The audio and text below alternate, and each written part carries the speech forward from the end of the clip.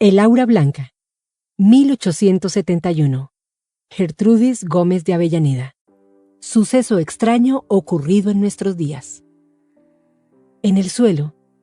para mi querido, que riega el umbroso Tínima con sus cristales sonoros, en aquellas fértiles llanuras que señalan el centro de la Antilla Reina y en la que se asienta la noble ciudad de Puerto Príncipe, que plugó al cielo destinarme por patria, vivía en los ya remotos tiempos de mi infancia un venerable religioso de la Orden de San Francisco, a quien el vulgo llamaba comúnmente Padre Valencia, por la circunstancia de saberse había nacido a las orillas del Turia. Gozaba aquel varón de general cariño en el país y nada, a la verdad, era más justo, pues en los muchos años que había pasado en él, no hubo sin duda un día siquiera en que no derramase a manos llenas servicios y bendiciones entre sus moradores. Si se alteraban en alguna familia la paz y concordia doméstica, allí aparecía, como llevado por la mano de Dios, el respetado Padre Valencia, y los sabios consejos, las paternales exhortaciones, las afectuosas súplicas pronunciadas por aquella voz llena de dulzura, restablecían sin tardanza la tranquilidad y la armonía. Si opuestos intereses o encontradas opiniones suscitaban enemistades sangrientas entre algunos vecinos, amagando rencores y venganzas, el pacífico Padre Valencia se presentaba al punto como mediador en la contienda, y la poderosa influencia de aquel espíritu evangélico, conciliador y amoroso, dominaba como por encanto las iracundas pasiones y hacía encontrar medios de transacción y avenencia. Si escandalosos desórdenes de algún pecador público sublevaban las conciencias timoratas, poniendo acaso en peligro la conservación de las buenas costumbres, el Padre Valencia hallaba pronto delicados e ingeniosos medios de ponerse en amistosa comunicación con el causante del daño, y jamás pasaba mucho tiempo sin que al contacto de aquella vida purísima se viese trocado el libertinaje en ejercicios de austera penitencia. Si ocurría, en nobles o plebeyos, en ricos o pobres, alguna pérdida irremediable, algún infortunio acerbo, nunca dilataba el Padre Valencia el ir a mezclar sus lágrimas con las que derramaban los pacientes, y el bálsamo de sus palabras consoladoras cicatrizaba eficazmente las heridas crueles del corazón. En una palabra, aquel hombre y humilde fraile había llegado a ser la visible providencia de todo el pueblo, donde ningún conflicto público o privado dejaba de buscar y de encontrar remedio, o alivio por lo menos, en la inmensa ternura de su alma y en las inexhaustas fuentes de su caridad cristiana. Existía, empero, una plaga terrible, cuyo tristísimo espectáculo se presentaba a cada paso a su vista, sin que alcanzase el santo varón medios de remediarla. Los leprosos vagaban por las calles, cuyo ambiente corrompían con la pestilencia de sus llagas, pidiendo por amor de Dios una limosna que ni aun las personas más piadosas podían tenderles sin apartar sus ojos del repugnante aspecto. Aquellos infelices seres, peligrosos para la salud pública, se multiplicaban de día en día a pesar de perecer en gran número hacinados en inmundos e ignorados tugurios, a los que la ciencia médica no llegaba nunca para proporcionarles algún alivio, y ni aun la misma religión acudía siempre para ofrecerles, en sus últimos momentos, auxilios espirituales. Solo el Padre Valencia descubría y frecuentaba tales receptáculos de miseria, tales focos de infección, haciendo sus delicias de la difícil asistencia de enfermos tan asquerosos, pero bien comprendía que no bastaba toda su abnegación personal para asegurarles los recursos y consuelos de que tanto necesitaban. Afligíale no poco esta desalentadora idea, hasta que amaneció un día en el cual, iluminado de súbito por divina inspiración, se echó a los hombros una jaba de pordiosero y comenzó a recorrer la ciudad pidiendo de puerta en puerta una pequeña moneda para la fundación de un grande hospital de lazarinos. Cualquiera podría reírse de empresa tan descabellada en apariencia. ¿Cómo imaginar posible la reunión de fondos suficientes para construir, establecer y conservar un asilo de tal importancia, con el solo recurso de la cuesteación pública, en una ciudad donde son poco numerosos los pingües caudales? La esperanza era verdaderamente absurda según las probabilidades del juicio humano.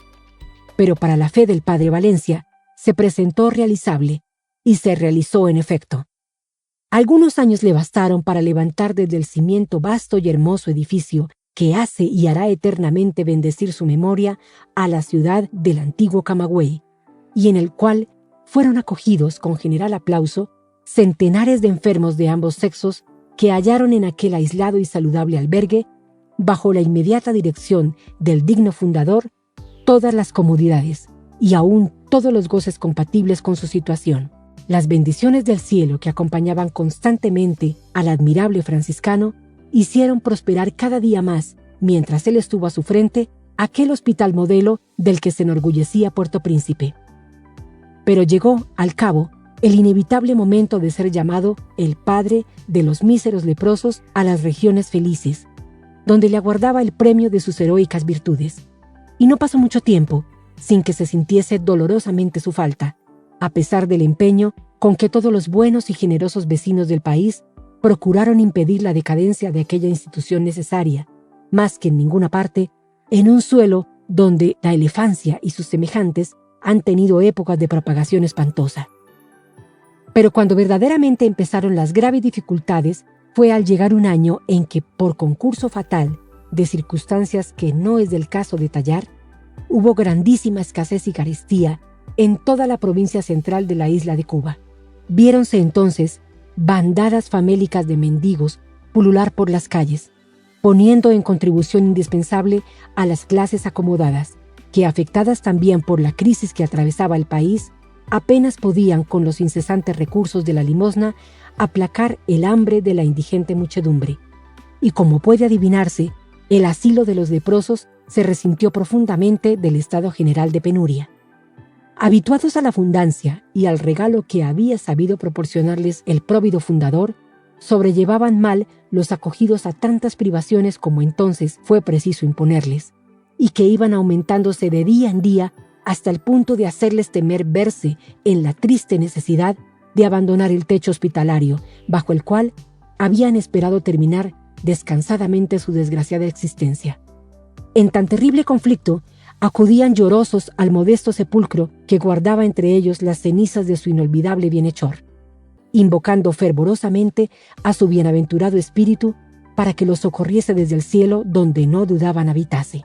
Crecían, sin embargo, los apuros. La administración del hospital había agotado todos los recursos de su celo y de su inteligencia, y no sabía ya de qué medios valerse para que no faltase totalmente el sustento a los numerosos enfermos, cuyas quejas y lamentaciones acrecentaban las amarguras de sus ánimos en medio de tan insuperables dificultades. Hubo una mañana en que cerca de las 12 aún no habían podido desayunarse los pobres lazarinos, quienes, echados tristemente sobre la hierba que crecía en el ya arrasado huerto del establecimiento, recordaban con lágrimas aquellos tiempos pasados en que tropas canoras de los vistosos pájaros tropicales venían cada mañana a sus plantas para recoger las abundantes sobras del pan de su desayuno. ¡Ay!, decían, ahora no acuden sino carnívoras auras, como esperando nuestros cadáveres para saciarse con ellos. Y en efecto, veíase recorriendo el huerto, con lentos y con cautelosos pasos, multitud de aquellas aves pestíferas, de fúnebre color, que recuerdo me causaban cuando era niña, pavura supersticiosa. El aura, o gran buitre cubano, es indudablemente, queridos lectores, como acaso lo sabréis, una de las raras excepciones que se conocen entre las variadas familias de hermosas aves indígenas. Su cabeza, de un rojo amoratado, presenta excrescencias costrosas, por las cuales ha merecido se le designe con la calificación de tiñosa. Su corvo pico y sus afiladas garras, teñidas de color sanguinoliento, exhalan, como todo su cuerpo, la fetidez de las carnes corrompidas, que son su habitual pasto, y sus alas, de un color negro verdoso y deslustrado, forman al batir el aire cierto rumor siniestro que parece marcar un compás fúnebre. Sucedió, empero, que el día que nos referimos, y mientras los acogidos del hospital contemplaban con disgusto aquel lúgubre cortejo que los acompañaba en su soledad, como para hacérsela más triste, apareció de repente entre la oscura bandada una ave desconocida del mismo tamaño y de la misma forma que las auras, pero contrastando con ellas de una manera asombrosa. Blanca cual el cisne, ostentaba en su cabeza como en sus pies y su pico el color esmaltado de la rosa, teniéndolo además, en vez de los huraños ojos de la familia a que parecía pertenecer por su figura, los dulces y melancólicos de la paloma torcaz. Sorprendidos los leprosos a vista de tan nueva y súbita aparición, se acercaron a ella llenos de curiosidad, y cosa rara, la tropa de negras auras levantó al punto el vuelo, como espantada, pero el aura blanca, lejos de huir, se dejó coger mansamente, y aún pareció querer acariciar con suave aleteo las llagadas manos que la aprisionaban. Al día siguiente, corría por Puerto Príncipe el conmovedor relato.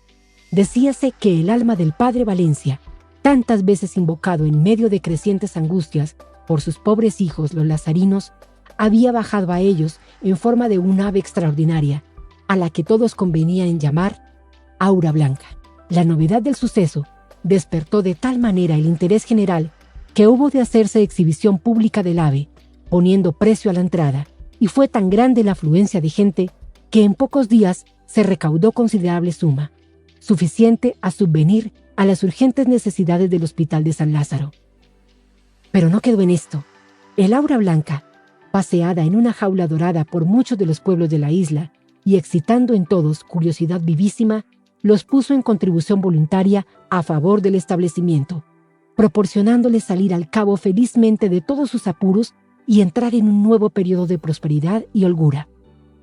De este modo, según la vulgar creencia, el caritativo fundador proveyó, aún después de muerto, al sostenimiento de sus acogidos, quienes celebraron en la aparición del aura blanca visible milagro, comprobador de la santidad y eterna bienaventuranza de aquella alma bienhechora. ¿Qué se hizo el ave milagrosa, terminada su misión? Nadie ha podido decírmelo con certeza, por más que he procurado indagarlo. Pero si estas desaliñadas páginas son algún día leídas por mis amados compatriotas, ninguno de ellos negará su testimonio a la verdad del hecho, que he querido consignar entre mis leyendas como homenaje de respeto a la memoria del venerable religioso que tantas veces me bendijo en mis primeros años y como recuerdo indeleble del hermoso país en que se meció mi cuna. Fin de la leyenda.